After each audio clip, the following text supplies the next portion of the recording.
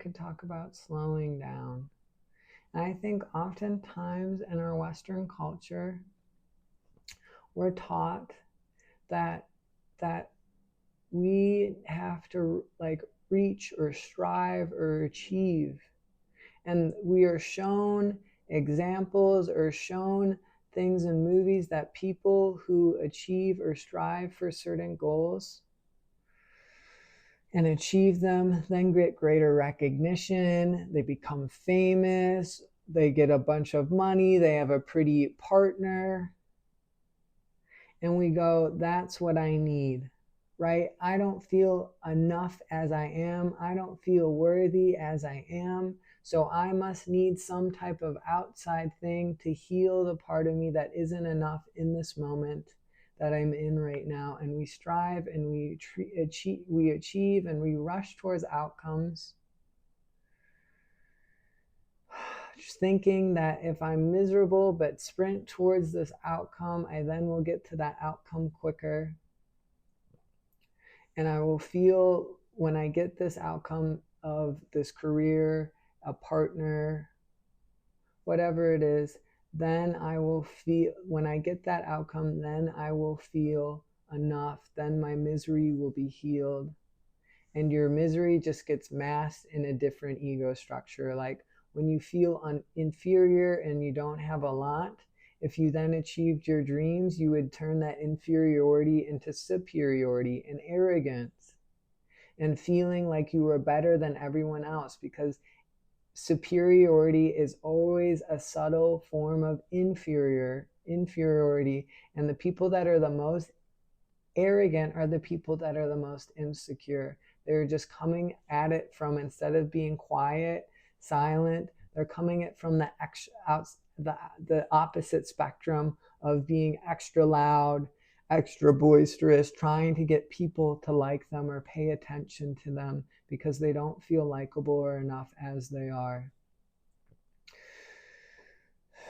And we learn that our life is miserable when we try and sprint towards our outcomes, because sprinting for something while not feeling enough just makes us feel like we are never good enough. No matter how much we do, we need to do better. And that is an endless rabbit hole of suffering.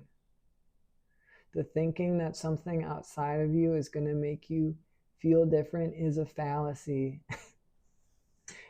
If you achieved all your dreams tomorrow, you would feel maybe a little uptick of better for maybe a couple hours, maybe even a day, and then you go back to feeling the exact same way with just different things around you, with just more people asking for your attention, because you never address the underlying wound of I'm unworthy, I'm enough. And you thought the outside thing, whether that's a partner, career, becoming incredibly talented at something, was going to make you feel differently. But you feel differently from how you relate to yourselves, not from what you achieve. And we're taught at a young age and shown examples of, when I achieve things, then everyone wants my attention, then people really value what I say.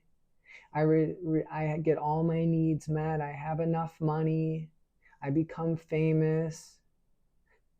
And in truth, maybe when we're famous, we have a little bit more notoriety, people listen a little deeper when we talk, but it doesn't change how we feel underneath our skin. And what changes how you feel underneath your skin is how well you care for your body, how well do you encourage yourself and cheer yourself on, no matter what, if you're doing it well or you feel like you could be doing it better. And do you take the parts of yourself that say you suck, that hate yourself, that call yourself ugly, as the next part of you to love? Or do you take it as a reminder of, they are telling me the truth? The voices in my head that are critical of me are speaking the truth, and they are not. They are just speaking to you how they were hurt in the past, how an aspect of you when it was younger, when you were younger, someone said that to you and it burned you and made a part of your innocence feel like that was true enough to where it forgot the innocence and love that it was. And when we hear, I suck, I'm not good enough, when we feel like we don't deserve to share breath with other people in the room because we feel that tiny, or we feel like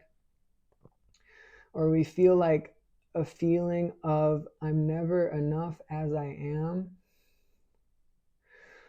we are just, those voices, those words are the next part of you to go. If when we get to a place of becoming aware of them and becoming aware of the power we have of, can I show the part of me that feels hurt and separate from love, separate from beauty, separate from feeling good about itself, and that can I take these voices I'm hearing as the next part of me to love? And if every time we heard a voice that says I suck or that I'm ugly, and you just go, I love the part of me that thinks I'm ugly, and maybe we just say that 5 to 10 times, when we hear that voice come up, that voice will get quieter and quieter, and you will start to feel better about yourself. And if you feel like you're not enough, if you just pointed out all the things you're doing well and say, this is proof that I am enough, right? Like,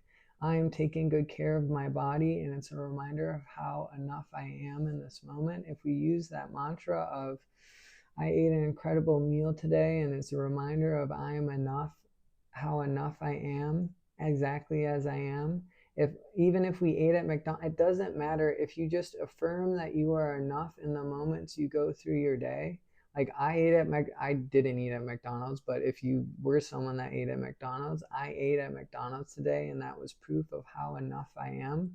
You don't have to be taking amazing care of yourself to point out what you're doing right and say that that's a reason why you are enough. And if you just take more times throughout your day to affirm that you are enough, like, oh, I made it to this meeting on time, and that's proof that I am enough. Or, oh, like, I remembered my keys and my phone when I left my apartment, and that's proof that I am enough. If we just affirm that we are enough, we will feel more like we are enough as we go through our day. And what changes our unworthiness, what changes us not feeling enough, or what changes our constant seeking and searching, isn't something outside of us. It isn't achieving our goals, but it's just taking more time to love the part of you that's unworthy, to love the part of you that doesn't feel like enough, and affirm more often how worthy and enough you are. Because what changes your feeling so much is not what you gain or lose. And obviously, when you lose, sometimes you'll feel grief and heartbreak, and that's normal. But it's not so much in the outside experiences as when we're feeling unworthy or not enough, as they're just wounds that are still open within us, still healing within us. And we can heal those wounds a little bit quicker by taking more time for self-love, more time to encourage ourselves and support ourselves, no matter how right or wrong we think we're getting life. Because if you think you're getting life wrong, that is merely your perspective, and it's not the truth. Because every time you mess up, you are then learning from the mess up and usually doing it better the next time around. And you can look at things and you're like, just growing up. Like, for me, I was like really lost in technology addiction when I was in high school. And now I have a rather healthy relationship with technology. And that came from having a very poor relationship with technology. And so whatever we feel like we're doing that is proof that we are wrong, or that we're getting life wrong, or that we're wasting our time, we are just exploring what we need to explore to eventually find our way out of it. And everyone has a different journey through that. And it's one, trying to do a little bit better and trying to choose a little bit better. And it's two, encouraging and caring for your body a little bit more each day. And that's what helps us find our way into greater well-being, greater worth, greater value. It's never going to be found in a partner, because even when you get a partner, even when you get a home, even when you get your dream career, you will just feel the same with different things. And as we slow down, we actually start to savor and enjoy life a little bit more, because if we're constantly feel like we're running towards something, what are we running from? And usually it's ourselves, and actually having to face and feel our experience. And if we're speeding down the highway, it's a lot easier to miss our exit. It's a lot easier to get in a car accident than when we're taking our journey slowly. And just like eating a delicious meal, oftentimes when we're eating a delicious meal, we tend to slow down our bites. But just the fact of slowing things down naturally opens up greater awareness and greater appreciation of the moment you are in. And if you're constantly sprinting from one thing to the next, you're just keeping your nervous system in a state of fight or flight or survival mode that feels like, if I don't achieve these things, then I will die. Then I will be a failure. And the truth is, the only part of you that dies most of the time is your ego. The only part of you that feels like a failure is your ego, and it gives up, and it integrates more into the light of your soul and goes, soul, how do I get from point A to B? And your soul would just say, slow down. Is all become this road, the signs on the side of the road become a lot more clear when you're driving slowly. You know when you don't miss your exit, or you know when to change lanes when you are driving slowly. And it's the same with life. And the more slowly we go, the more natural appreciation and gratitude we will have for the moment. And kind of transitioning into something else I wanted to talk about, which was mindfulness. And a lot of times in spirituality, we're taught mindfulness is found in meditation, that I need to meditate, and that's what makes me mindful. And I would say, if you are only practicing mindfulness outside of meditation, you are never going to find it in your life. You're just going to find it outside of your life. And the real meditators are the one who practice mindfulness in the moment, which is, can I feel my breath and can I feel my experience, rather than thinking about something else. Like when I eat dinner, can I focus on chewing my bites and feeling myself chew my bites, rather than thinking about my day? And this is something I've been practicing, and it's definitely something that I'm growing more within me.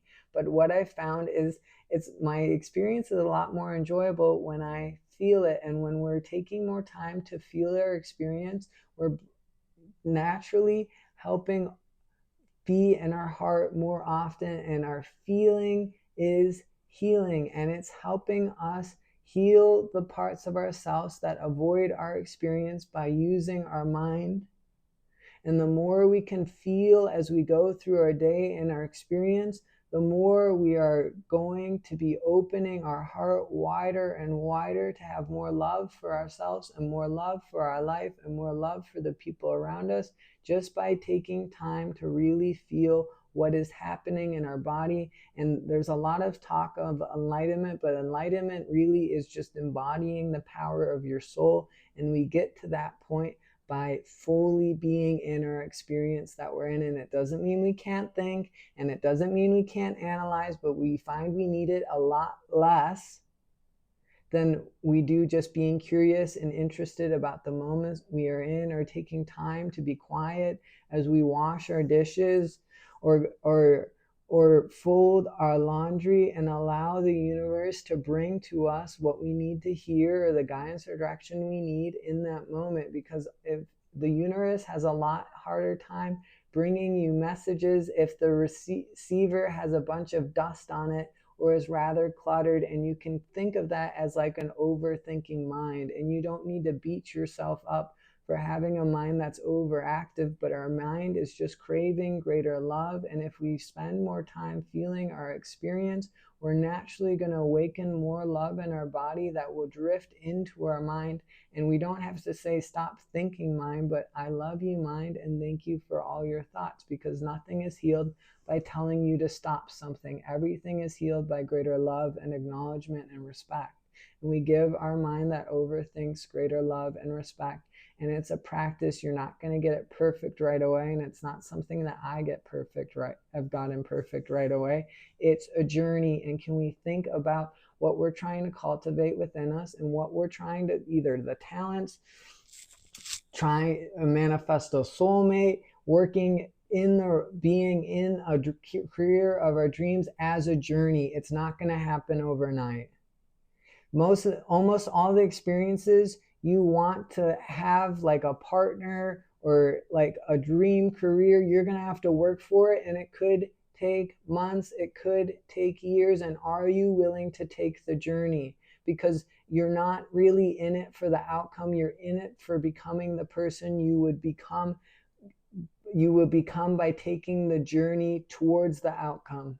That's the real gift in whatever we create in our life. It isn't the outcome, it's what it took to make the outcome happen in the first place. Because life is much more, I've said this before, but life is much more concerned about who you are as a person rather than what you have in your life. And it's constantly looking at when would it be the most optimal time for this person to receive their next greatest gift or abundance or step up in whatever they're trying to create, to be the most incredible version of themselves. And that's when life gives you what you need. Most of the time, life will let you wear out an experience of not having enough, of striving and it not working, as a way of learning what you need to learn from that experience. And as you learn all you need to learn from that experience, you suddenly manifest a new experience. And it's really why our experiences change, is I've learned all I needed to learn from that experience in this lifetime. And so then life gave me something new that changed my experience when I was ready. And we get to be ready by willing to take the journey, not by necessarily how much we speed towards an outcome. And sure, some part of it is how hard you work towards something. And like the best athletes in the world, the best chefs in the world worked incredibly hard in their craft. Absolutely, that is a part of it. But another part of it is allowing life to do things on your behalf as well. And so, like, let's say you want to become, I always use the example, but whatever, we'll go for it again. Let's say you want to become a musician. Part of it is practicing as much as a professional musician would practice, or even just practicing enough to where you feel confident performing and feel like you can put your best self forward when you're on stage, right? That's a part of it. And that's sharing your art and making sure enough people are seeing your art and you're having enough outlets where opportunities can manifest because you're putting yourself out there. One part is how hard we work. One part is how much we're sharing our art. And another part of it is allowing the universe to slowly grow what you're trying to grow with you, like watering a plant. You don't need to constantly water the plant or fixate on the plant or constantly fertilize the plant nonstop in order for the plant to grow. The plant naturally knows how to grow. And you need to put the seed in the soil, and you need to tend for it and care for it regularly. And if we're trying to be a musician, it probably means we need to practice every day. Maybe this plant needs a lot of water, so we need to water it every day. And that's part of it. And then another part of it is sharing it with the world and allowing the world to see it, and which doesn't really go with the plant example, but whatever. And then the third part is allowing the plant to naturally grow, because things take time. And what we learn is maybe in heaven things manifest instantaneously, but on earth things manifest in growth cycles. And almost all the times things do not happen overnight, but they slowly grow. And we have to, whatever we're trying to create, it has to be something we're not willing to give up on, even if it doesn't quite manifest in the way we expect, because the gift is not in the outcome, it's in the journey. And whatever the outcome it will become will be a gift in itself too, whether it meets all your expectations or none of your expectations, whether you achieve all your dreams or you achieve none of your dreams. It's about the person you become. It's not about what you gain or what you don't gain. And if you feel like I have to achieve this to feel like I'm enough, or to feel worthy, or to feel validated by the people around me, how much more could you validate yourself? How much more could you love yourself? And how much more could you be willing to commit to your experience rather than trying to run and hide from the person that you are while thinking something outside of you is going to make you feel better?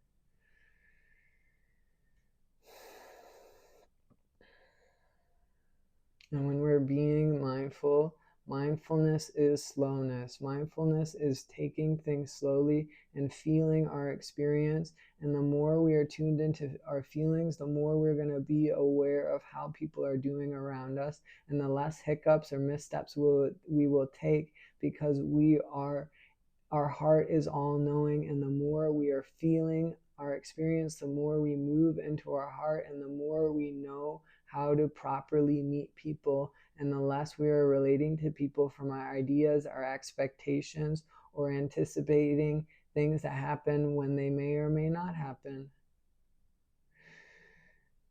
And I wanted to talk about this a little too, which is real empathy. And real empathy is, I feel how my words and actions affect others. And you will get to a part of your journey, and this is a part of my journey that is a place that I'm at, and I'm sure is still growing too, but we start to become more and more sensitive to, I feel how every word I says affects those around me. I feel how the actions I take affect those around me. I feel it viscerally in my body. And it doesn't mean you're gonna, every word you say, you feel some powerful reaction. But when you say a couple words that might feel a little bit more edgy than you intended, or you say something and it gets misinterpreted by the other person, you feel it. And we get to that place by willing to feel our experience and willing to love ourselves. And it becomes a superpower of, I can feel how those are doing around me. And I'm able to meet them as they are, because I can feel them in my body as I'm interacting with them. And I'm aware enough to notice their facial expressions, to notice their tone of their voice, so that I am able to connect with them how they are, not trying to connect with them of how I think they are. And we get to that place by feeling our experience, and by our level of self-love, and by our level of working, of desiring, of praying and serving those around us.